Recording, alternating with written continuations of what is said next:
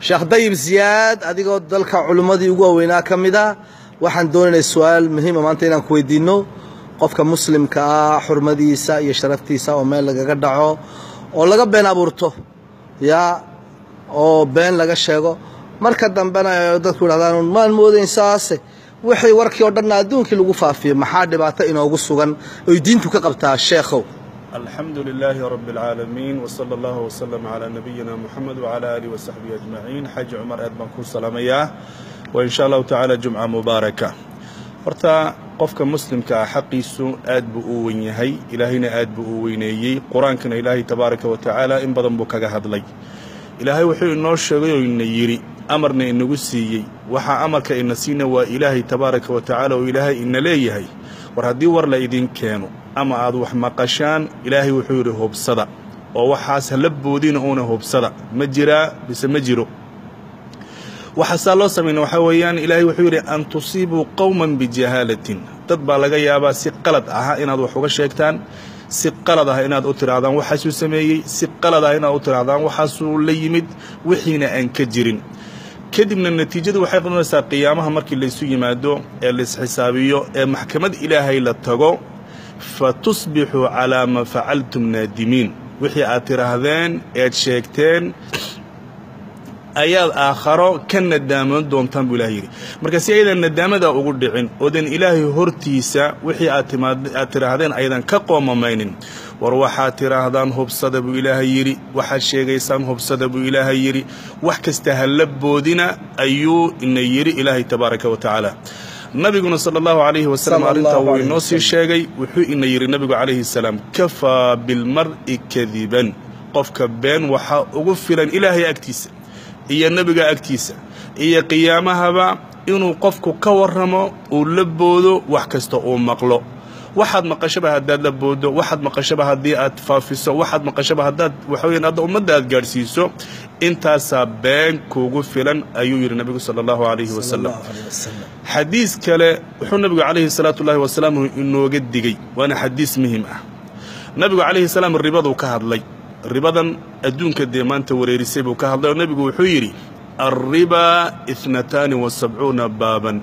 ribadu waa 27 dambiga ugu yar waxa weeyaan buu nabiga kaleey salaam qofka oo hooyadii xumaan ula taga qofka oo hooyadii ka zinaysta waa dambiga ugu yar ee 27 ka dambi aha ee ribada ka dhasha nabigu muxuu kaleey salaatu wa salaam wa inna arba riba riba la galo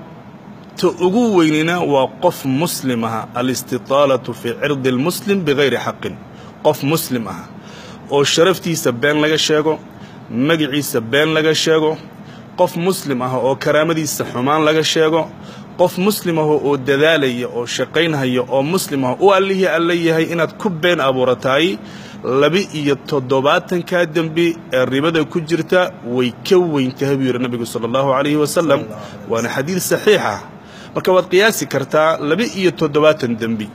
oo dambiga ugu yari ay tahay qofka hooyadii zina ula tago xumaan ula taga waxaas oo dhan ka weyn qof muslim ah oo been ka sheegto ama qof muslim ah oo tirada waxaasuu yiri wuxuuna oranin ama saasuu raba wuxuuna rabin ama saasuu sameeyay wuxuuna sameeynin ayaa waxaas oo dhan ka weyn waxaan ku soo gabagabaynayaa xadiiskan Abu Daawud ku soo arooray Ahmad Nasuul musnadkiisa ku soo arooray Sheikh al-Albani rahimahullah ta'ala uu saxiixiyay wuxuu yiri nabiga kaleey salaatu wa salaam man qala fi mu'minin qof mu'min ah buu nabiga kaleey salaatu wa salaam qofkii ka yiraahda waxaasuu yiri ama qof mu'min aha ka yiraahda waxaasuu sameeyay wuxuuna sameeynin ama waxaasuu la yimid wuxuuna la imanin وحير النبي عليه الصلاة والسلام هذلكم وهذلك النبي محمد صلى الله عليه وسلم أسكنه الله ردقة الخبال إلهي قيامة قفك وحود جيا وبي لير هذا ردقة الخبال صحابة ويديان وحير رسولك إلهي وردقة الخبال وامحي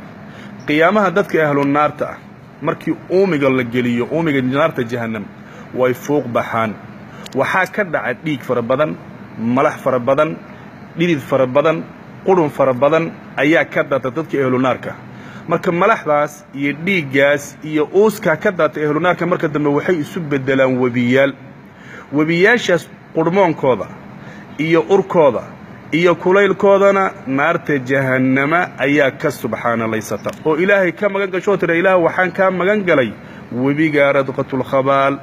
marka nebigu wuxuu yidhi calayhi salaatu ullahi wasalaamu xadiiskaasi waa muhim aad buuna muhim inoogu wala yahay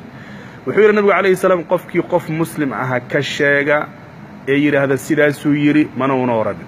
sidaasuu sameeyey mana una samaynin waxaasuu la yimid mana una la imanin saaye saasuu rabaa lamana imanin qof muslima qofkii ku been abuurta ee weliba adduunkana sii gaadhsiiya wixiina uu been yahay wuxuu yidhi nabigu calayhi salaatu ullaahi wasalaamu webigaas naarta jahannama ilaahay ay ka magan gasho ayuu ilaahay geliyaa weliba nebigu muxuu raaciyey calayhi salaam kana soo bixi maayo webigaas uumigaa leh ee qurunkaa leh ilaa uu ka soo saaro kelimaddii uu sheegay qofkii kamana soo saari karaya dee yani ma samayn karaya kelimad jadiida marka cadaabka macnuhu waxa weeyaan wuu ku jirayaa un weligii ilamaa uu waxa weeyaan sameeyo wixii uu yidhi mana samayn karayo marka walaalayaal naftayda waxaan ugu dardaarmayaa dadka muslimiinta oo dhan aan ugu dardaarmayaa war waxaanaan leenahay aan ka fiirsanno war waxaanaan gudbinhayno aan ka fiirsanno oon hubsanno khaasatan baraha bulshada maanta khayrna wuu jiraa sharna wuu jiraa nabiguna calayhi salaatu ullahi wasalaam wuxuu inoo sheegay qofka beenta lagu cadaabo qofka ugu darani waa qof intuu subax soo kallahay been la soo kallahay beentiina adduunka oo dhan ay gaadhay marka been sheegto eed qof muslimaha been ka sheegto ee qof muslima wuxuuna samaynin aad ka tiraahdo wixiina aad ku faafiso baraha bulshada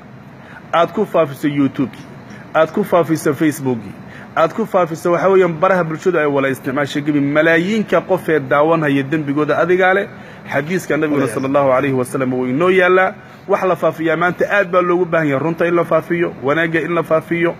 in diinta la faafiyo amarka ilaahay in la faafiyo in waxa weeyaan wax ummadda isu keenaya la faafiyo waxaasoo dhan ajri baad ka heli laakiin dhanka kale qofkii istikhdaama ama waxa weeyaan waxda ummaddii kala geynaya ama been abuurad ba ku jiro ama buhtaan ba ay ku jirto ama iftiraa uu ku jiro ama waxa weeyaan waa inaka maqla axaadiista nabiga sala allahu calayhi wasallam waana nasiixa aan naftayda u soo jeedinayo iyo dadka walaaladayda ahaa ilaahay waxaan ka baryayaa jumcada aan joogna jumco barakaysan inuu inooga dhigo ummaddeennana ilaahay tabaaraka watacaala amniga iimaan uu ina siiyo amnigeenna ilaahay inoo sugo